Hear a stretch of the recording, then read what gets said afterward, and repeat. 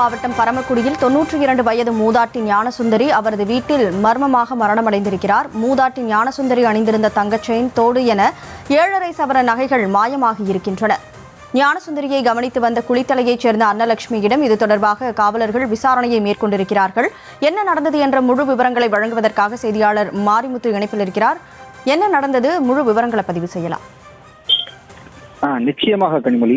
ராமநாதபுரம் மாவட்டம் பரமக்குடி பன்னீர்செல்வம் தெருவைச் சேர்ந்த இக்னேஷ் மனைவி ஞான சௌந்தரி, வயது 92, ஓய்வு பெற்ற ஆசிரியரான இவருக்கு மகன் மற்றும் மகள் வெளியூரில் வசித்து வரும் நிலையில் பரமக்குடியில் இவர் மட்டும் தனியாக வசித்து வருகிறார். இவரது வீட்டில் இலங்கை அகதியான கரூர் மாவட்டம் குளித்தலையைச் சேர்ந்த அன்னலட்சுமி என்பவர் பணிபுரிந்து வருகிறார்.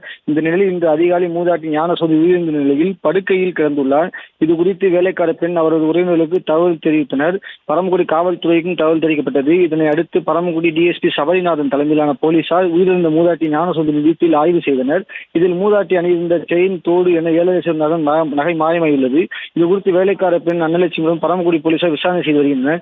சம்பவ இடத்தில் கைரேகை பிரிவு போலீசார் ஆய்வு செய்தனர். உயிரிழந்த மூதாட்டியின் உடல் பிரேத பரிசோதனைக்காக ராமநாதபுரம் அரசு மருத்துவமனைக்கு அனுப்பி வைக்கப்பட்டுள்ளது. இச்சம்பவம் குறித்து பரமக்குடி போலீசார் விசாரணை செய்து வருகின்றனர்.